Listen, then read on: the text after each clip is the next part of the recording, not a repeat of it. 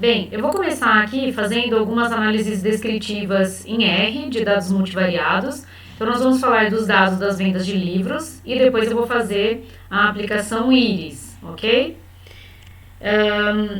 Então, aqui, dados de vendas de livros, nós tínhamos duas variáveis, 4 observações. Então, só para a gente ver como que seria uma análise descritiva desses dados, tá? Caso vocês não tenham instalado o pacote CorePlot, você tira esse comentário aqui e executa esse install package CorePlot, ok? Como eu já tenho instalado, então eu não vou rodar. Eu vou simplesmente chamar aqui, então esse é o RStudio, né? Os códigos estão aqui, as saídas do R, né, após as execuções estão aqui. Aqui vão aparecer os gráficos e aqui vão aparecer os objetos que eu tenho em uso, ok?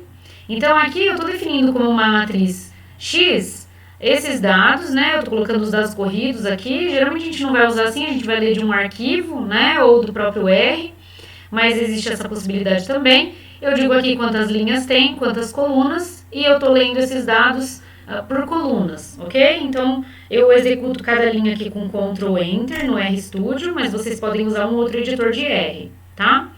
Eu vou definir o X como um data frame e vou atribuir para as colunas de X os nomes valor da nota e número de livros, ok? Então, se vocês quiserem dar uma olhada no X aqui, eu tenho as duas variáveis e 4 observações, né? Então, eu tenho 4 linhas e 2 colunas. E aí, a gente pode obter, inicialmente, as medidas resumo. Então, eu vou usar essa função apply no X por colunas e vou pedir a função média, min, ok? E vou atribuir o resultado ao x barra.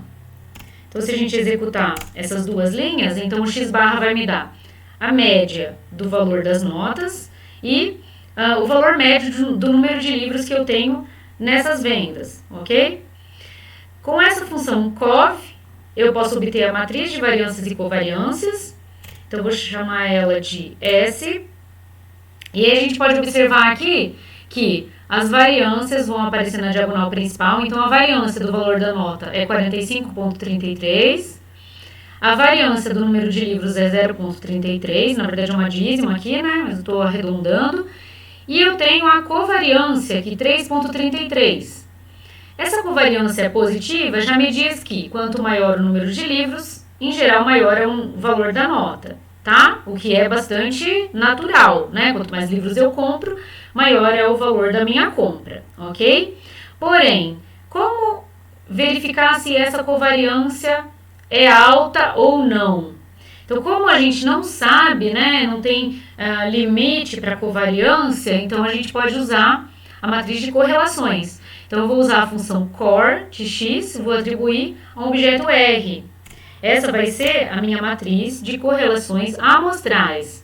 Os elementos da diagonal principal da matriz de correlações amostrais é 1. E a gente tem aqui a correlação entre o valor da nota e o número de livros, como aproximadamente 0,86, tá? Essa correlação ela é uma correlação forte, ou seja, realmente, só com esse pequeno conjunto de dados, a gente vê que o valor da nota e o número de livros tem uma forte correlação, ok? Se vocês instalaram e carregaram o CorePlot, vocês podem executar essa linha. Então, CorePlot de R, type lower, então ele vai apresentar só o triângulo inferior aqui dessa matriz de correlações, vai apresentar graficamente, tá? E aqui, então, a gente tem as cores, né? Então, se você quiser dar um zoom no gráfico, você pode vir aqui. Como a gente só tem duas variáveis aqui, não fica tão interessante esse gráfico, né? Mas a gente pode ver que a correlação aqui entre o valor da nota e o número de livros é 0,86, né? Aproximadamente. Então, tá uma correlação forte, ok? O segundo exemplo são os dados íris, né? O iris. A gente pode carregar esses dados fazendo simplesmente data iris.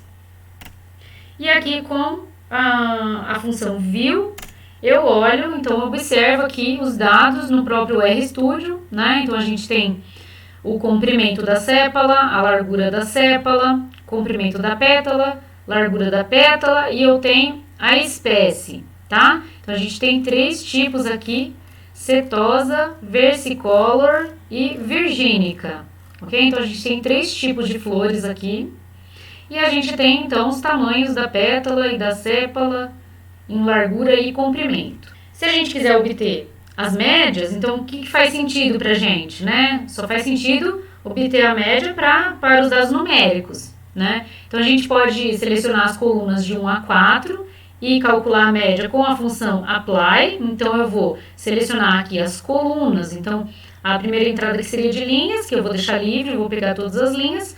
A segunda entrada são as colunas, eu vou pegar as colunas de 1 a 4, tá? Quem está mais acostumado com o Python, quando mudar para o R, precisa lembrar que o R, as linhas e as colunas começam de 1, tá? Então, de 1 a 4, eu vou pegar as médias por colunas, né? Porque faz sentido, se eu tenho 4 variáveis, faz sentido eu calcular uma média para cada variável, né? E aí, então, a gente tem as médias do comprimento da sépala, largura da sépala, comprimento da pétala, largura da pétala. Poderia chamar aqui de x barra. A matriz de variâncias e covariâncias, S, a gente pode apresentar ela aqui arredondada com 2 casas decimais, tá? Então essa é a minha matriz de variâncias e covariâncias. Vou calcular a matriz de correlações também. Olha, até agora a gente está calculando média geral para todas as espécies, variâncias e covariâncias, considerando todas as espécies também. A gente poderia separar e calcular essas quantidades para cada uma das 3 espécies que a gente tem, tá? Isso vai ficar para vocês como um exercício. Então, aqui, matriz de correlações, né? Então, essa daqui é a matriz de variâncias e covariâncias. Então, a S, né? Na diagonal principal, a gente tem as variâncias e fora da diagonal principal, a gente tem as covariâncias. Para obter as correlações, eu vou usar a função core, vou atribuir aqui para um objeto R e depois eu vou usar, então, o round para fazer um arredondamento aqui com 2 casas decimais, tá? Então, aqui, a matriz de correlações tem 1 na diagonal principal e tem valores entre -1 e 1 fora da diagonal principal, tá? Se a gente quiser dar uma olhada aqui, qual que é a correlação mais forte que eu tenho entre esses pares de variáveis? Então, se a gente olhar aqui, ó, eu tenho uma correlação 0,96, é uma correlação forte, né? Entre o comprimento da pétala e a largura da pétala. A segunda maior correlação seria do comprimento da sépala com o comprimento da pétala. Ou seja, quanto maior o comprimento da sépala, maior o comprimento da pétala, tá? Existe uma associação positiva, quanto maior é uma, maior é a outra, tá? Depois a gente tem uma correlação aqui de 0,82, que também é forte, tá? Depois, olha, a gente tem algumas correlações negativas aqui, tá? Só que fracas, né? Então, a gente tinha falado que, em geral, a gente vai assumir que correlação forte é em módulo acima de 0,7, uma correlação moderada entre 0,5 e 0,7 em módulo, e abaixo de 0,5 uma correlação fraca, tá? Mas vale a pena a gente observar aqui que eu tenho uma correlação negativa e fraca entre a largura da sépala e o comprimento da pétala, tá? E a gente tem algumas outras aqui que a gente poderia fazer análises semelhantes, tá?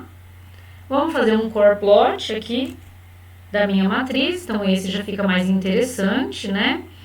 Aqui eu não coloquei para mostrar só o triângulo inferior, vamos colocar então para mostrar só o triângulo inferior, né? Porque a gente não precisa olhar os dois.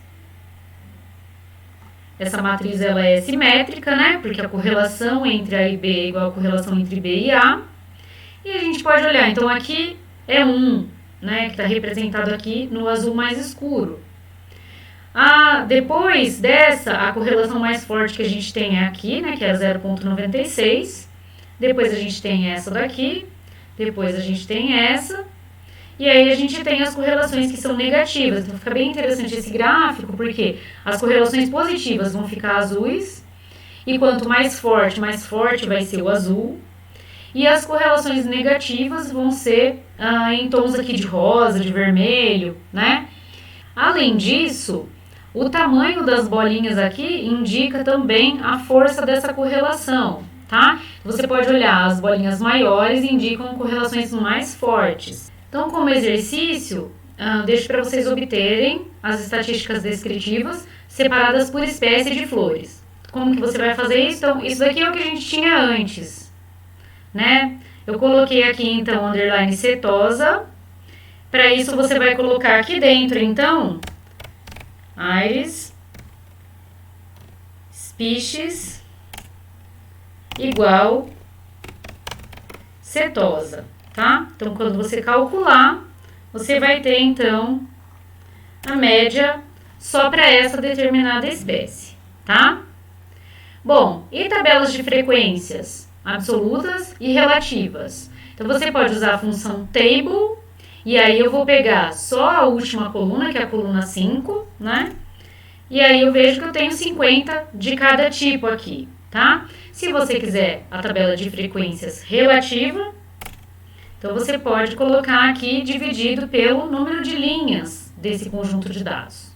Bom, e se a gente quiser olhar o gráfico de dispersão multivariado? Então, o gráfico de dispersão é aquele gráfico que você põe uma variável no eixo x, uma variável no eixo y, e aí você plota os pontinhos, né, que são os pontos, os valores observados dos pares x e y, tá?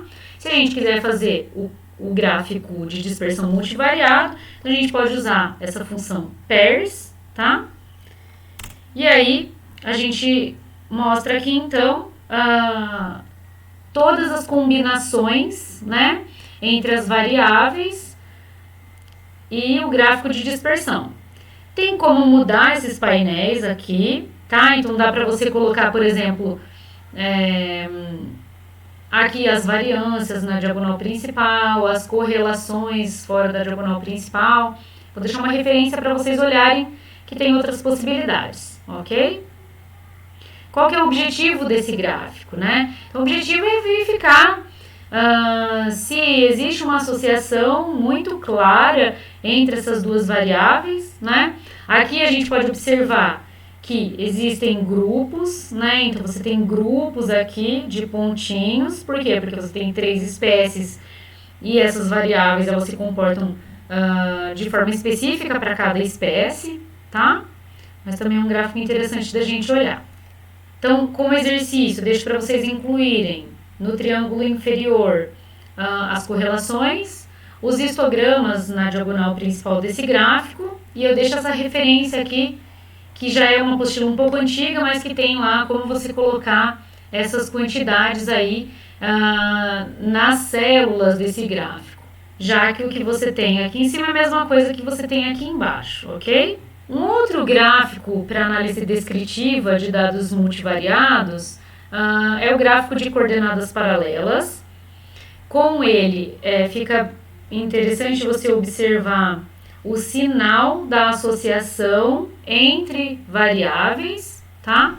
Então, aqui eu vou usar o pacote Lattes e o gráfico paralelo das 4 primeiras colunas, né, desse íris.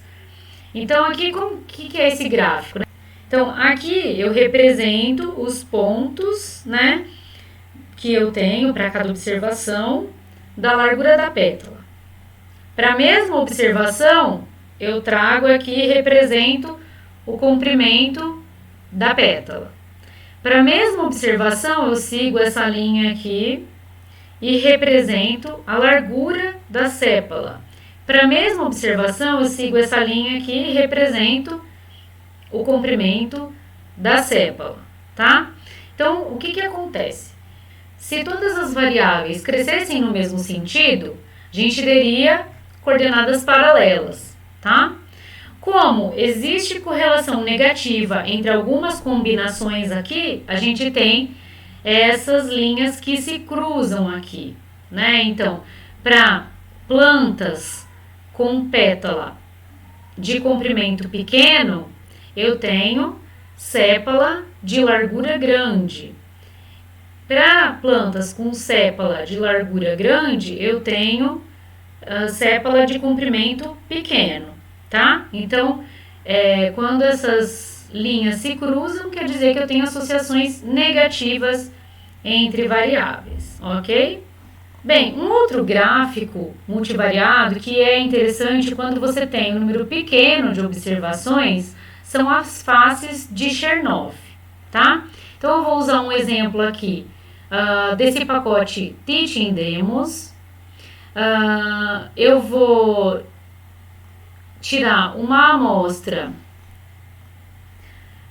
de 1 até 1000 de tamanho 128 e vou atribuir esses valores a uma matriz que tem 16 linhas e 8 colunas, tá? Então, só para a gente olhar aqui como que ficam esses gráficos. Então, ó, se você não tiver instalado ainda esse pacote, você tem que tirar o comentário dessa linha e rodar o Install Packages.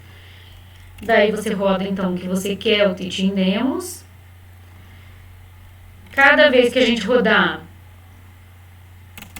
já que eu estou gerando uma amostra aqui, vai ser diferente o resultado, tá?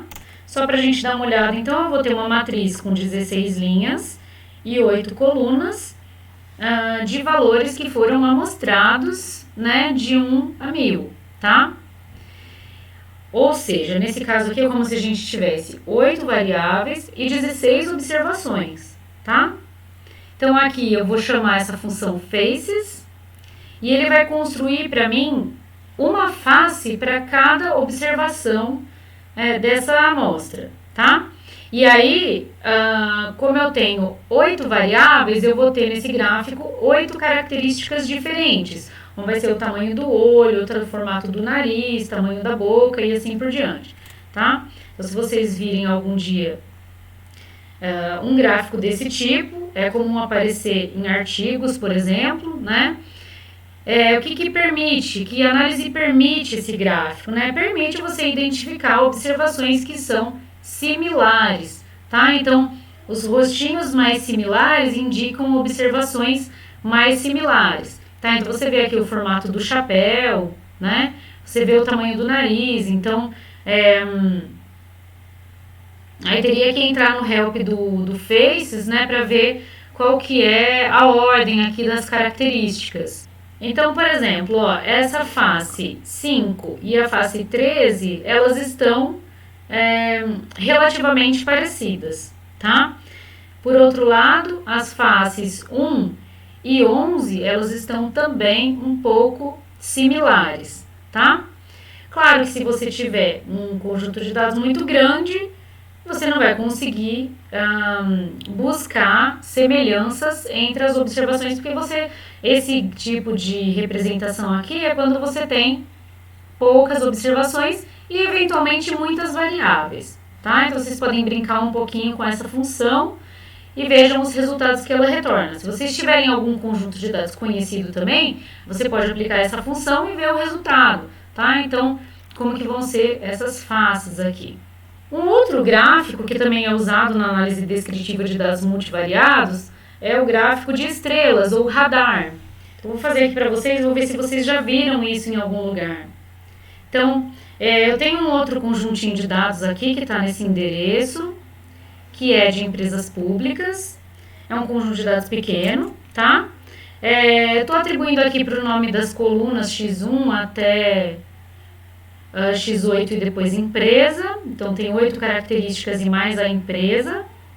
E as linhas, que seria justamente a última variável aqui, tá?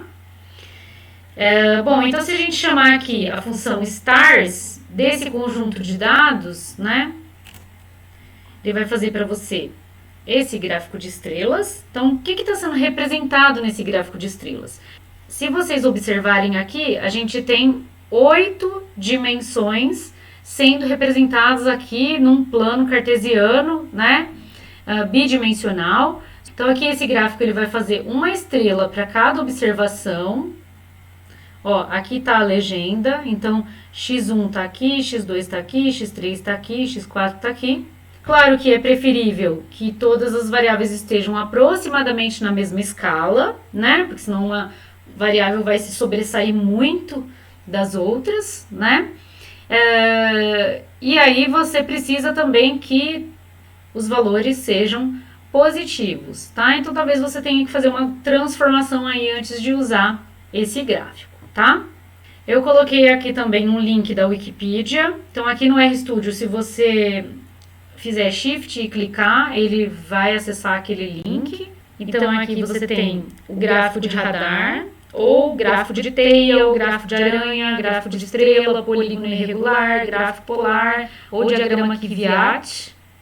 E o que eu queria mostrar para vocês também, que inclusive foi um aluno que me mostrou há alguns anos, quando eu apresentei esse gráfico, ele falou, esse gráfico é usado em um jogo para mostrar as características dos jogadores, tá? Então, esse jogo é o Pro Evolution Soccer Master, tá? Então, esse que está mostrando aqui deve ser o de 2016, vocês podem entrar no de 2020 para ver, tá? O que nós temos aqui? Então, nós temos um ranking de jogadores e tem várias variáveis aqui, né? Que tem pontuações aqui, tá? Então, o primeiro desse ranking seria o Messi. Então, se a gente entrar aqui, a gente vai ver algumas características do jogador. E aqui eu tenho o gráfico de radar, tá? Então, aqui, ó, deve ser físico, chute, passe, drible, velocidade e defesa, tá? Então, como ele não é goleiro, ele tem 0 na defesa. Se vocês pegarem algum jogador que é goleiro, provavelmente a defesa vai estar aqui, né? Em algum pontinho por aqui, tá? Então, esse é um gráfico que é bem interessante, né? Vamos entrar aqui em outro. Então, por exemplo, vamos pegar Robben, né? Holandês. Então, você tem aqui as características do Robben, ok? Então, esse é um exemplo do gráfico de radar, tá? E aí, como que você compara dois radares? Então, você vai olhar aqui, provavelmente você vai olhar a área desse polígono que se forma aqui no meio, tá? Ou se você quiser uma característica específica, você vai ver, por exemplo, então, velocidade, se você quer um jogador com mais velocidade, então você olha aqui onde está o speed dele, né? Quanto mais próximo aqui dessa aresta, maior é a velocidade desse jogador, tá? Bem, então a gente viu algumas possibilidades aqui para fazer análise descritiva no R. Agora a gente vai mudar para o Python e vai fazer algumas análises descritivas no Python.